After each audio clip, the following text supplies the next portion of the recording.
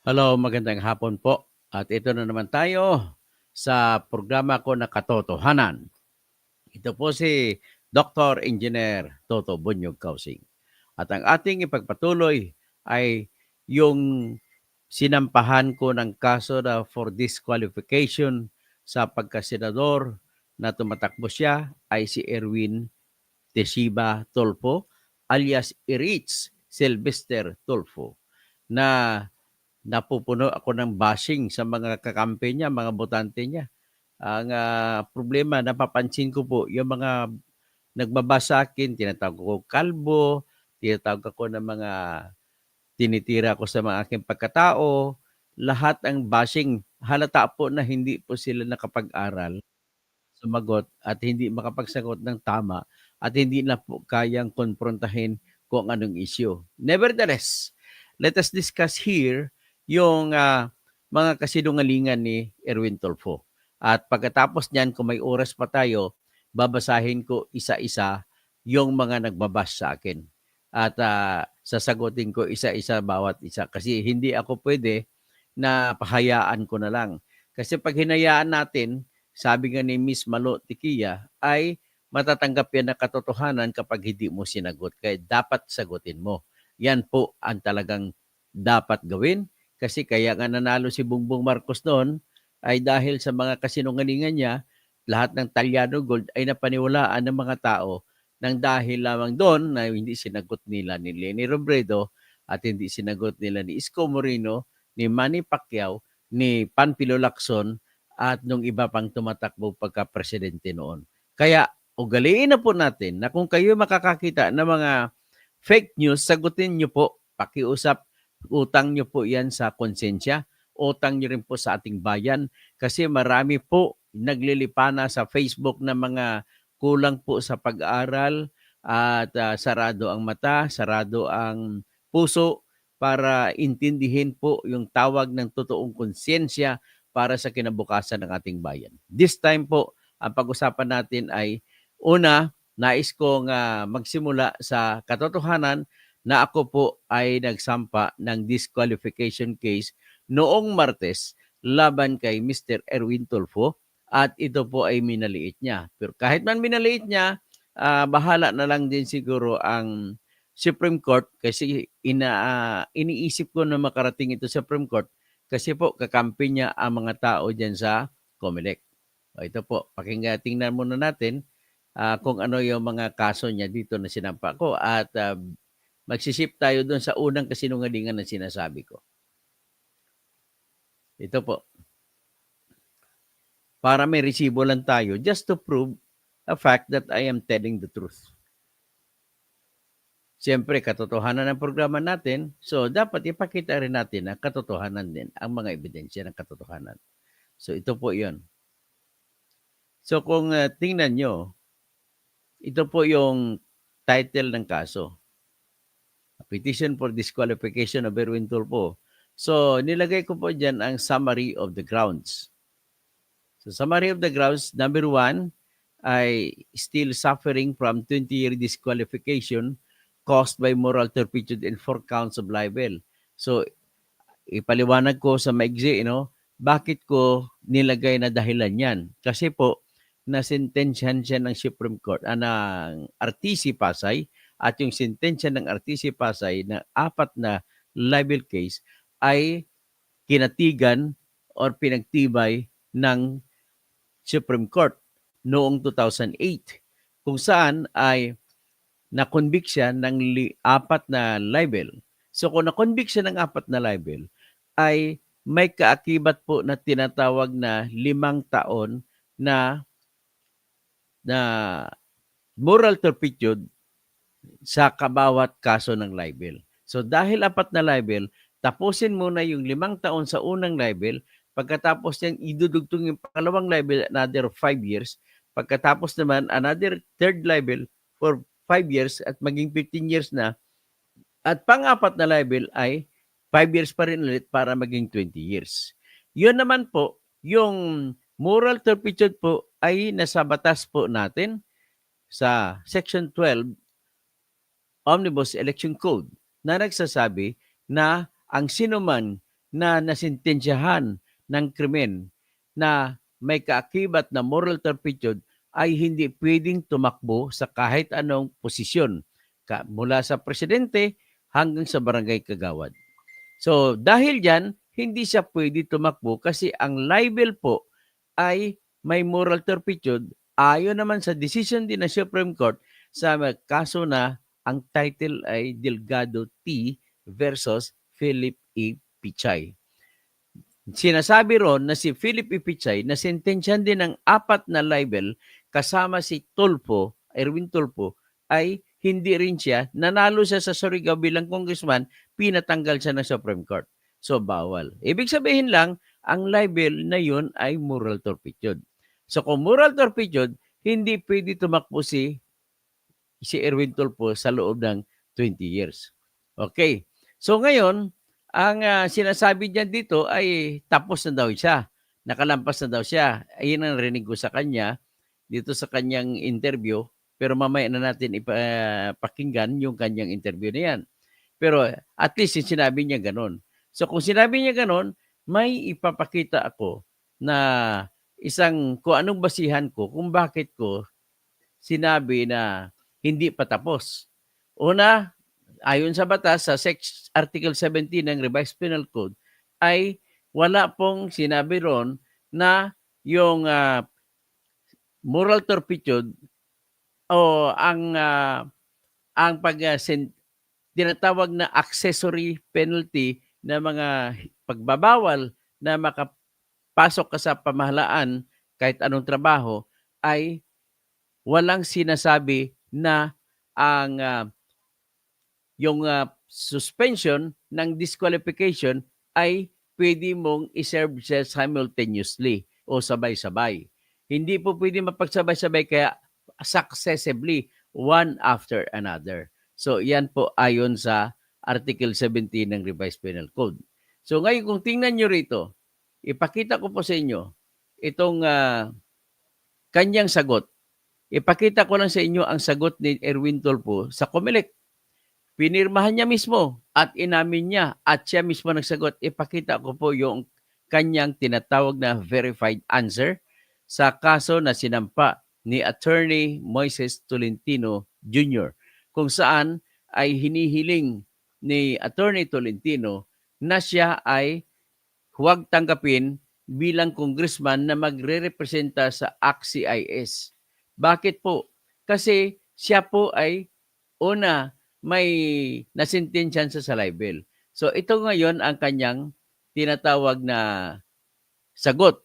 O ngayon, bago ako pupunta sa magpakita ng kanyang sagot, ay ipapakita ko sa inyong katibayan muna. O yan ang title, Attorney Moises S. Tolentino Jr. versus Erwin T. Tulfo. Case number 23-001. So, verified answer, Respondent Erwin T. Tulfo. So, siya sumasagot nito para sabihin, para ipakita ko sa inyo na katotohanan ito may communication na certification, certified true copy. Okay? Tapos pagdating sa dulo, pinirmahan ni Tulfo dito, yan na yan. Ibig sabihin kung bakit niya pinirmahan, nagpapatotoo ito na siya nag-submit nito. Verification, Erwin T. Tulfo of legal age with residential address at blank, after being duly sworn in accordance with law hereby depose and state that I am the respondent in the above titled case. So siya daw sumagot. So itong pirma niya, sinumpaan sa harap ni Attorney Nicanor Jimeno. So ibig sabihin, wala na tayong duda na sagot niya ito. So ngayon, pupunta tayo ngayon sa tanong na siya ba ay sa tungkol sa libel. Ito, ang sagot niya dito na sa libel daw ay kuwan na daw siya. Yung hindi pwede na siya daw tumakbo at nakaserbisyo na daw siya. So anong ginawa niyang dahilan para sabihin niya nakaserbisyo? Ito po, tingnan niyo muna ang Exhibit 4 niya. Sa Exhibit 4 niya ay nakasabi dito, Republic of the Philippines, National Capital Region, Regional Trial Court, Branch 112, Pasay City. So nakalagay dito, Sheriff's Return. So ang nakalagay dito, ang title ng case, People of the Philippines versus Erwin Tulfo, Susan Cambre, Rizalao, Jocelyn Barlizo, and Philip Pichay. Tapos, Sheriff's Return. This is to certify that on February 17, 2011, the above-named defendants have already fully complied with the order of the court upon payment of the sum of moral damages and uh, blank per court of each of the accused. Yung blanco nito ay sinadya na blankohin ng kumilik na bago binigay sa akin. So, ibig sabihin, walang specific na binayaran dito ang tinatawag na fine. So, considering the above premises, sabi ng sheriff, the undersigned sheriff hereby returns the writ of execution with the information that the garnishment of Erwin T. Tulfo's bank account with Banco de Oro has been rendered moot and academic and is hereby lifted. So, damages lang ang binayaran sa pinapakita sa order na ito. Ang tanong, nakabayad ba siya ng multa? Sagot, hindi po masasabi. So, kung hindi mo masasabi at wala kang ebidensya, ibig sabihin, pinapalagay lamang yan na hindi ka pa nakabayad. Kung hindi ka pa nakabayad, ibig sabihin, hindi pa nagsimula ang pagbilang ng 5 taon. So, ang argumento ko naman, kahit man nagbilang na, hindi pa natapos kasi 4 na kaso ng libelo ikaw na sentensya, kaya 4 din na 5 taon ang bubunuin mo. At kung magsimula sa 2011, plus 20, that is 2031. Saka pala matatapos yung pagbabawal kay Erwin Tulfo na tumakbo sa kahit anong posisyon. Next, ito, may pinakita naman siya na Exhibit 5. Kay Erwin Tulfo galing ito sa isang order o utos ni Judge Jesus B. Mupas. Kaibigan ko rin ito si Judge Mupas, patay na ito ngayon. So, nag-issue siya ng order noong 2011. At sinabi niya rito, title ng kaso, People of the Philippines versus Erwin Tulfo, Susan Cambre, Rizalao, Jocelyn Barlizo, and Philip Pichay. Before this court is the urgent ex parte petition, a motion to lift whole departure order filed by the accused movement Philip Pichay on the grounds that the sentence to pay moral damages to the complainant in the amount of and fine blank per count in this case had already been complied with by the accused. Ibig sabihin, sinong accused ang tinutukoy dito? Si Philip Pichay, hindi tinutukoy dito si Erwin. Si Philip Pichay lang. So, ibig sabihin, para kay Philip Pichay lang itong order na ito had already been complied with by the accused. The accused is leaving for Mexico on May 29, 2011 as part of the Philippine delegation and as representative of Mindanao to the study trip administered by DSWD and sponsored by Australian Agency for International Development. Finding the motion to be impressed with merit, the same is hereby granted. So, pwede na makaalis, tinanggal na po ang whole departure order laban kay Philip Pichay. Walang kinalaman kay Tulfo ito. Hindi ko alam kung bakit niya pinresenta ito. Wala ring silbi sa kanyang depensa.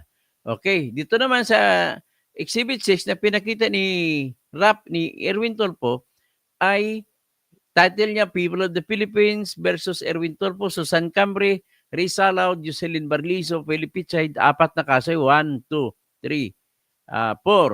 Ang order ay inisyu noong 17 October 2022 lamang. Nitong October 2022 lamang. At ang hiningi dito ay pinapatanggal ni Erwin Tulfo ang whole departure order or HDO laban kay Erwin Tulfo. Yan lang po ang hiningi niya. At tinanggal naman ang whole departure order. Yun lang po. Wala sinabi rito na nasilbisyuhan niya na ang parusa sa kanya. So, yan po ang kanyang binigay na ebidensya. So, ladies and gentlemen, kung yan ang pinakita niyang ebidensya na sa kanya mismo nanggaling ito, wala pong ebidensya para sabihin na nakapagsilbi siya ng parusa sa kanyang sentensya na 4 na libel.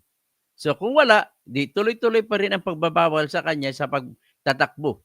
So, tandaan ang pagbabawal sa kasong libel ay 5 taon kada count. 4 na libel to, so ka-4 times 5, so 20 years. So, tingnan natin yun. Tingnan nyo rito, siya po ay binigay niya rin po yung kanyang passport, itong passport niya. Philippine passport na ito. So may Philippine passport siya. Maliban sa kay Erich Sylvester Tulfo na passport. Okay may passport siya, naka-inisyu ito, hindi lang nakalagay kung kailan na-issue. Pero tingnan naman natin ngayon yung katibayan na sinuko niya yung passport, American passport. Ito po yung American passport niya. Ito, palakihin ko ito ha.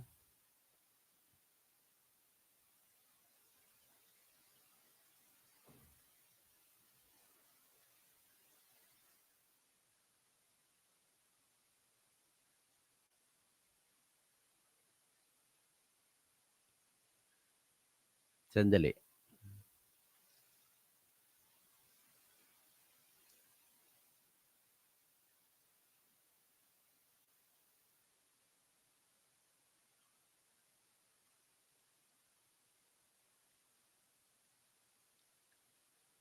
Ipakita ko yung pagsuko ni Erwin Tulfo ng US passport niya.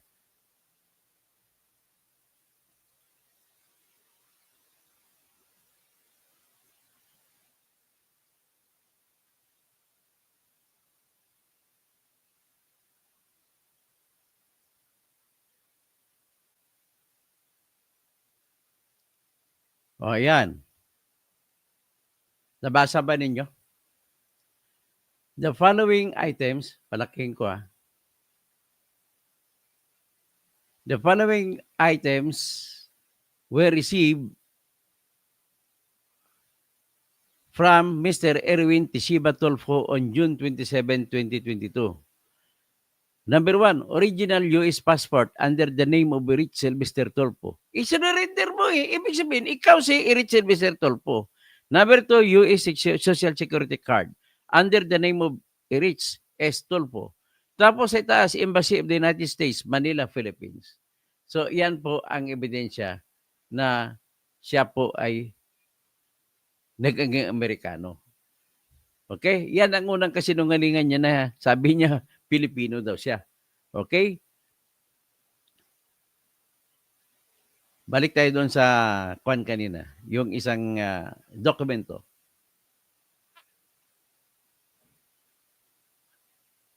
Ito naman, yung dokumento naman ito, nagpapatunay na yung Erich Sylvester Tulfo na passport ay kinansila ng United States of America. So makikita niyo ba yung Embassy of Manila? Embassy of the United States of America, Manila, Philippines. So, nakalagay ito, October 11, 2022. Basahin natin, Erich Sylvester Tulfo. Dear Sylvester Tulfo, the Department of State has revoked U.S. passport number blank issued to you in the name, issued to you! Sa iyo inisyo, in the name of Erich Sylvester Tulfo on August 6, 2021. Along with any other valid U.S. passports issued to you pursuant to 22 CFR Section 51.62, Paragraph A, Paragraph 2, which provides that a U.S. passport may be revoked when it has been determined that the passport was obtained illegally, fraudulently, or erroneously. So, ibig sabihin, nakakuha si Erwin Tulfo ng U.S. passport at ang pamamaraan ay illegal, fraud, panluloko, at saka erroneously, pagkamali-mali.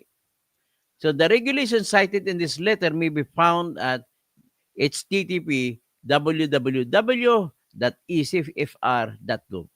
Department records show that initially you executed a U.S. passport application on 1991 in which you were issued U.S. passport number blank on May 24, 1991. Subsequently, on October 19, 2001, you submitted a U.S. passport renewal application and were issued another U.S. passport. And then additionally, on August 5, 2011, you submitted a U.S. passport renewal application and as a result, you were issued the third passport, U.S. passport, on August 5, 2011. Most recently, you submitted the U.S. renewal passport application nung sa Pilipinas na siya nagpa-renew siya. At ang pinresenta niya, nag-apply naman sa passport sa ilalim ng pangalan ng Erich Sylvester Tulfo at ito po inaaprubahan noong August 6, 2021. Yan, nakita niyo yung mga ebidensya ko. Napakatibay po niyan. Tapos sinabi pa rito ng US Embassy, an investigation revealed that Erich Sylvester Tulfo, Tagalogin ko lang kaya, ang investigasyon ay nagpapakita na si Erich Sylvester Tulfo ay ipinanganak noong kung saan ito na noong December 30, 1965 sa Hawaii ay hindi yung totoo mong pangalan. Ang ebidensya ay nagpapakita na ikaw ay si Erwin Tesiba Tulfo na isinilang noong August 7, 1963 sa Tacloban, Leyte. So, in fact, at saka noong June 27 ay sinuko mo nga voluntarily na ikaw ay sa Pilipinas at hindi at nakakuha ka ng US birth certificate sa pamamagitan ng panluloko. Inamin mo na nanloko ka. Panghuli, noong September 14, 2022, binigyan ka ng visa, bagong visa ng US upon your visa application. At binigyan ka ng visa na G2 para sa mga government officials na government at bumiyahe ka sa Amerika. Noong September, kasama mo si Bongbong Marcos bilang kinatawan ka ng tinatawag na DSWD. So, okay? So, yan, nakita nyo ng ebidensya ko? Siguro naman ay hindi na kayo siguro magbaba sa akin na invento lang ako. So, yan po ang ating ebidensya na nagpapakita. So, ngayon, ang sinabi ko na unang kasinungalingan niya, ito po, sinasabi niya po na siya ay tinatawag na, sabi niya siya ay TNT. Pero ang totoo, hindi po siya TNT. Pero nakita niyo sa kanyang dokumento mismo na sinumiti sa COMELEC, sa kaso na sinampa ni Atty. Moises Tolentino, inamin niya rito na may US passport siya. So kung may US passport ka, hindi ka pwede maging TNT. Ano, niloloko mo kami? At kung may US passport ka, dito sa kanyang dokumento, ipakita ko sa inyo, ay inamin niya na naging sundalo din siya sa Amerika.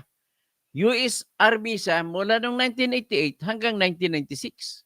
So, ang ibig sabihin dito ay nanluloko siya sa mga Pilipino. Kayong mga humahanga sa kanya ay niloko niya ng tudo-tudo. Kaya aywan ko na lang sa inyo, pero hindi, I cannot accept na opinion nyo lang yun. Dapat kayo ay hindi nyo na iboto yung taong ito.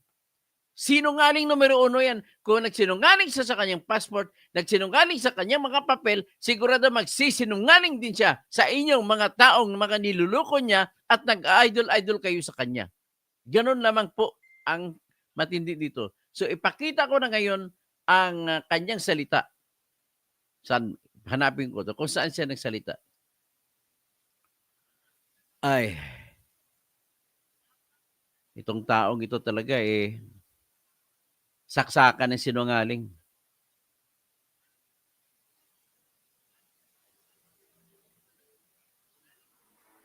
Ito, basahin muna natin yung sinabi niya tungkol sa fine. Itong unang pinakaunang kasinungalingan niya na nakabayad daw sa fine. So sabi ni Tulfo, the petitioner, siya ang petitioner dito. Si Tulfo ay nagsasabi na sa petition niya na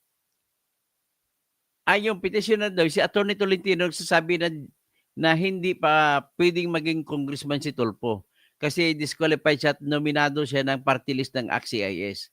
At may final judgment na sa Supreme Court sa 4 na kasong libel laban sa kanya. Sabi niya, hindi daw yun, was anchored by the petitioner on Section 12, disqualification sa Omnibus Election Code. So anyway, ito ang niya, ito yung kanyang depensa.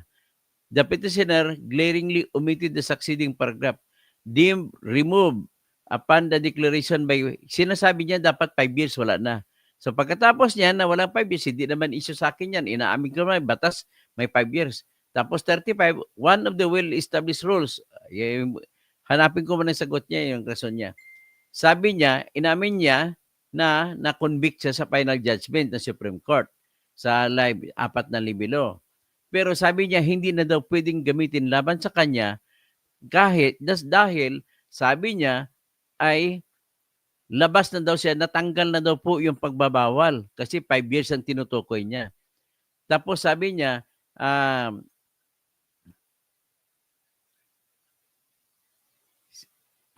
wala, okay, diretso tayo sa sinabi niya rito.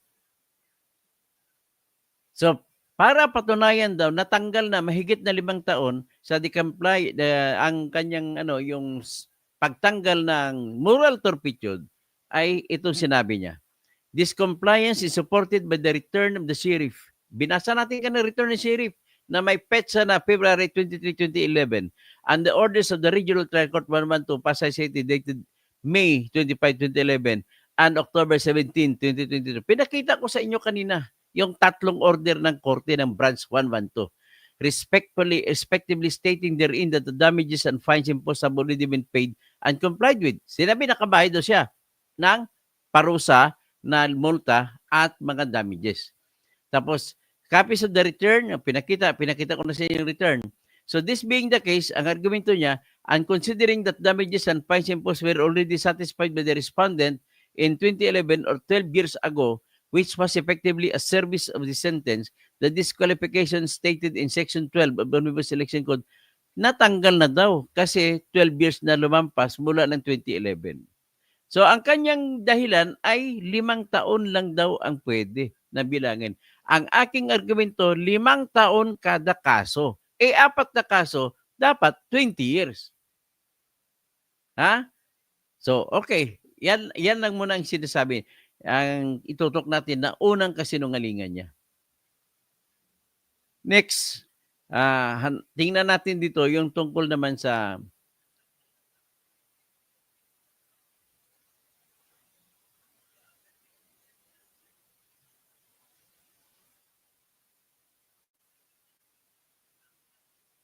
tungkol naman ito sa kanyang pagiging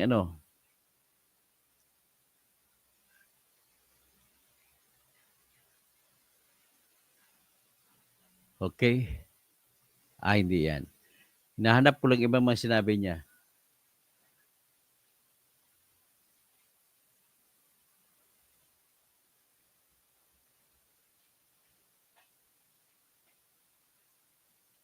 Oh, itong sa citizenship, itong argumento niya.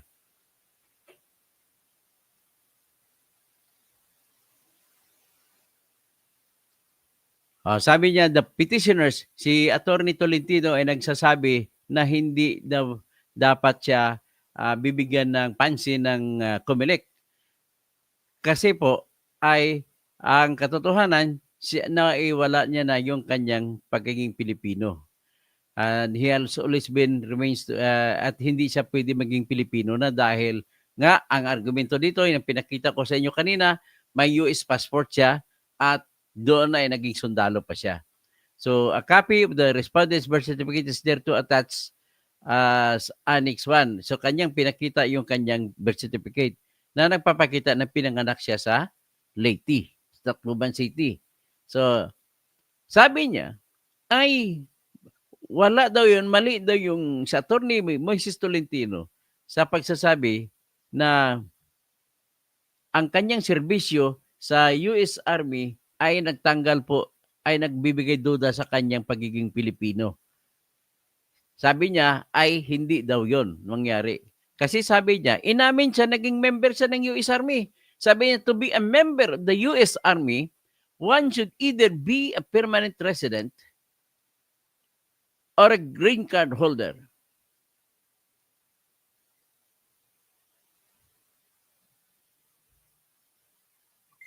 Dali.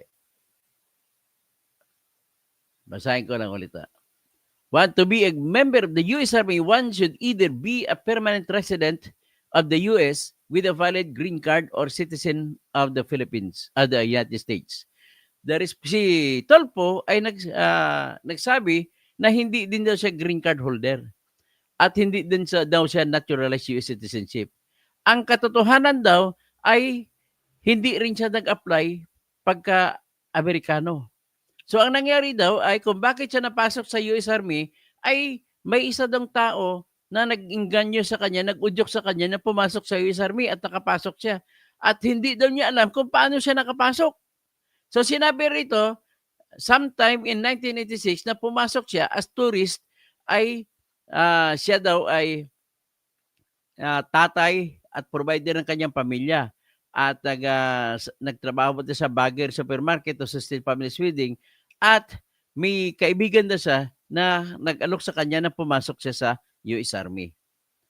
So, dahil gusto niya, pumasok din siya. Eagerly assented but asked how he could work in the US Army as he was not a US citizen. Pero sinabi niya, hindi niya alam kung bakit na lang, tinawag na lang at pinasumpa na siya na magiging sundalo ng US Army. Oh? Tapos sabihin niya, no oath of allegiance was ever taken by the respondent. Hindi ka na pwede magiging sundalo sa US kung hindi ka manunumpa na idepensahan mong Amerika. Kita mo kasinungalingan niya? Kayo mga nagagalit sa akin dahil inyong idolo si Erwin Tulfo, mabubuksan pa ba kaya ang inyong damdamin, inyong isipan nito? Ito po, harap-harapan na katotohanan ng ebidensya. Ngayon, siya mismo nagsabi noon, pinirmahan niya yun. Bago ko itulak sa isang mga kasinungalingan niya, babatiin ko muna, tanongin ko, si Marilo Fabian, sure nga po kasi the way the answer sa interview ng media, technical daw at kulang na sa time. Pag-Baker na imbag malim, Dr. Engineer Toto, na imbag malim sa mga kapsat ko, kada kayo amin. Marilo Fabian, ang hirap na kipaglaban sa tama sa ating bansa.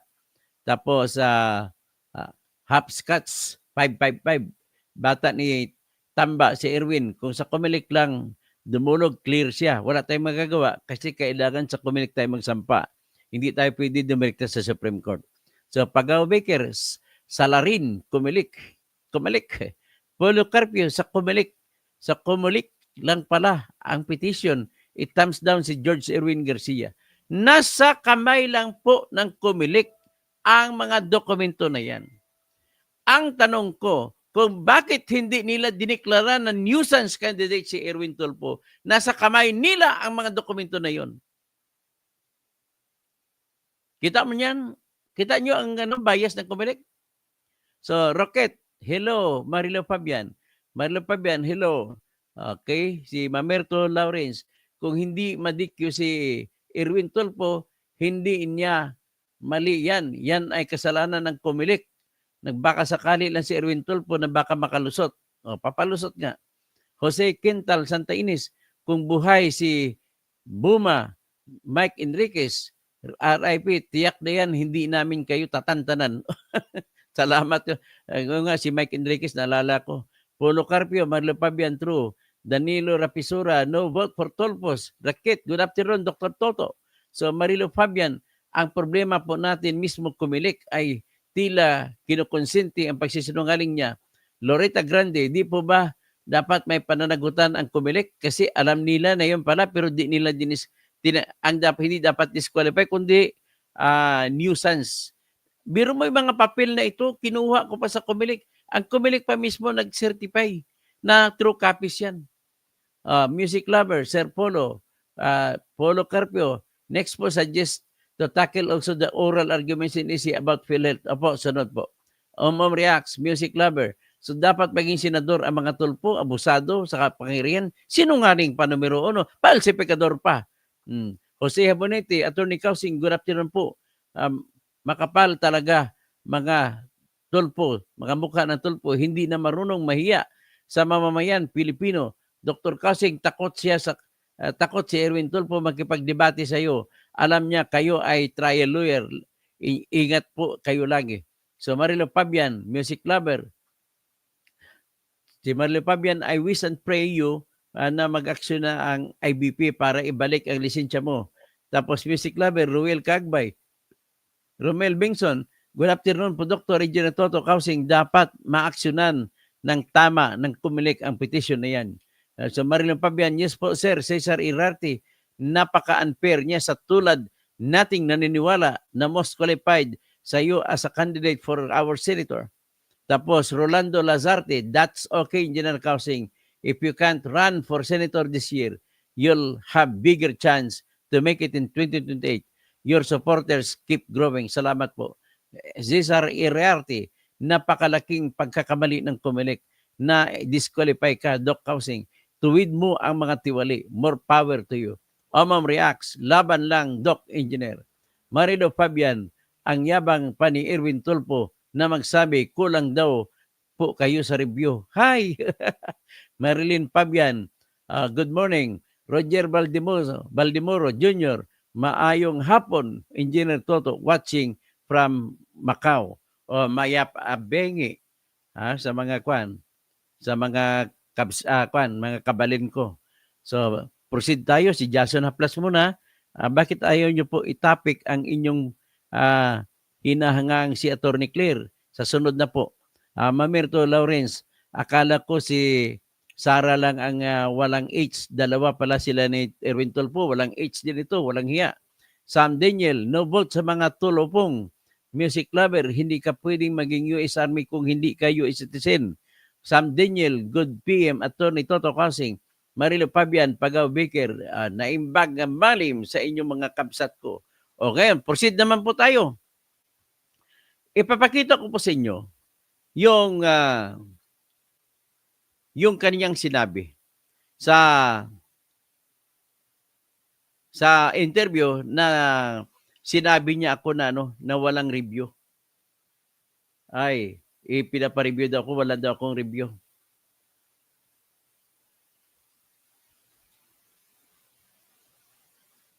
Ay.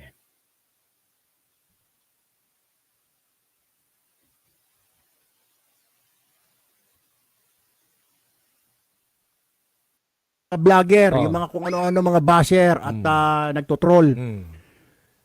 Umalis. Pakinggan muna natin pero gusto ko ipapadiretso sa umpisa para mapakinggan yung minaliit pa ako na hindi daw ako nagre-review. O tingnan nyo Ako sa Amerika, tago.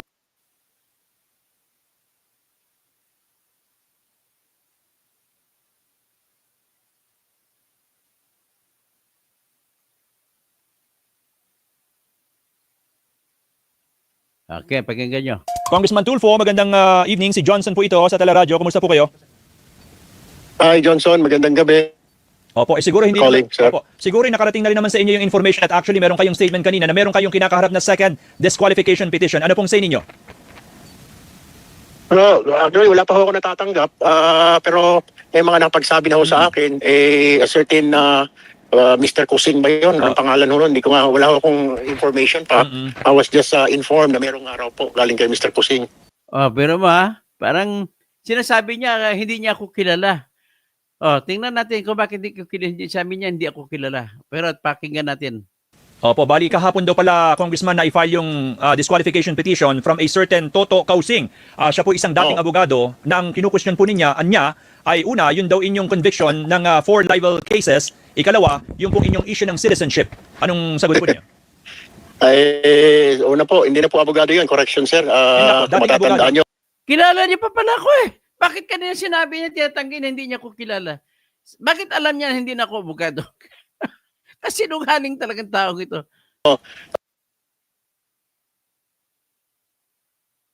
Nawala. Kwento, makinig ko kayo yung mga vlogger, yung mga kung ano. Nawala tayo. Ganito. Nakarating na rin naman sa inyo yung information at actually meron kayong statement kanina na meron kayong kinakaharap na second disqualification petition. Ano pong say ninyo? Well, actually wala pa ho ako natatanggap, pero may mga napagsabi na ho sa akin, a certain Mr. Kusing ba yun? Ang pangalan ho nun, wala ho akong Kita mo, certain anong pangalan nun? Hindi ko kilala. information pa. I was just informed na merong araw po galing kay Mr. Kusing. Hindi daw niya ako kilala. Mamaya sasabihin niya, disbarred ako. Bakit alam niya pala? Kilala pala niya ako. Opo, bali kahapon daw pala, Congressman, na i-file yung disqualification petition from a certain Toto Kausing. Siya po isang dating abogado na ang kinukwestiyon po niya ay una, yun daw inyong conviction ng 4 libel cases. Ikalawa, yung pong inyong issue ng citizenship. Anong sagot po niya? Una po, hindi na po abogado yun. Correction, sir. Matatandaan nyo. Kita mo Alam pala niya ako na hindi na pala ako abogado. Ba't kanina parang sinasabi niya hindi niya ko kilala? Ay, naku. So, yan lang po ang pinapakita ko sa inyo na kasinungalingan niya. Okay. Dito, may medyo mahaba ng oras natin ay hindi ko na ipasok yung iba. So, anyway, at least nakita ninyo yung kasinungalingan. Nakita ninyo yung ebidensya na ginamit ko sa kaso, yung mga paunang mga dahilan o grounds laban sa kanya, yung citizenship at saka yung kanyang tinatawag na pagsentensya sa kanya sa 4 na libel. Okay? So mag-shoutout ulit ako kay Raquel. Hindi kilala pero alam na disbar po. Kayo na magsinungaling talaga. No, totoo po. Oh, good day po, Dr. Toto. Mabuhay po kayo. Sabi ni Mary Eileen Mendoza. Sabi niya, stay safe always. Iwasan na lang po ang magmura, Dr. Opo, pilitin ko, hindi ako magmumura. GR Castillo, dating may piryahan ako. Nagbabayad sa mga tulpo, T3, ang gamit nilang pangalan. Nako. Noong nakaraan po, matandaan ninyo, in-expose ko sila hanggang ngayon po, kumukuha pa rin sila sa piryahan. Kumukuha pa rin po sa piryahan si Erwin Tolpo, si Ben Tolpo, at saka si Rapi Tolpo. Pati si Ramon Tolpo. Yan pong expertise nila. Takot po yung mga pulis sa mga Tolpo. Alam mo, i-expose ko, ginagamit pa yung mga pulis na taga-kolektor ng mga tulpo. Susunod na natin kwentuhan yan. Sabi ni Roelcom, malabo sa kumilik yan sa Supreme Court, baka sakali. Sa Supreme Court na naman talaga ako umaasa, Roelcom. Arwel CM pala. Celso Linto, good day, Katoto. Izo Manggubat, salamat, Kamindanawan, Toto Kausing for full support to VP Inday. Dapat magkakaisa tayong Mindanawan para malakas tayo. At si BP Sara, chance natin para maging Pangulo. Tapos, Jason Haplos, Dr. Engineer Toto, bakit ayaw niyo po itapik? Hinahangaan niyo si Attorney Claire. Sa sunod na po, si Attorney Claire. Mamerto Lawrence, akala ko si Sara ang walang H. Dalawa pala ang silang walang H. Si Erwin Tulpo, walang H din. Walang hiya. Sam Daniel, no vote sa mga tulupong. Music lover. So, yan lang muna. Hanggang dyan na muna tayo. Si Angelito Pajardo, paano masisibak si Kumilik? Disgrasya nakadikit sa puno ng mga buhaya. Takot lang nila lumapit. Di lang buhaya, alligator pa kapag nadikit ang linta sa fake sedente. Siguro bida rin parang si BBM. Sani Kayaman, dapat lang ma-disqualify yung mga tulpo, ginagawa nilang negosyo ang politika. Kasi po, ay gusto nila, ang totoong dahilan dyan, gusto nila makakolekta patuloy ang koleksyon nila. The only way na magpatuloy ang koleksyon nila sa Hueteng, sa STL, sa peryahan, ay basta nasa pwesto sila. Learns BC, hindi marunong mahiya ang mga tulpo. Lantad ng katiwalaang ginawa. Nagmamalinis pa din sa bagay na sasabuatan. Napansin nyo ba yung ganun ugali? Kahit nahuli na ay tinatanggi pa rin. So, Sani Kayanan, dapat nga ma-disqualify yung tulpo. Ginagawa nila negosyo, politika. O yun, binasa ko na yan. So, hanggang dito na lamang po. At magandang hapon! Erwin Tulpo! Olopong!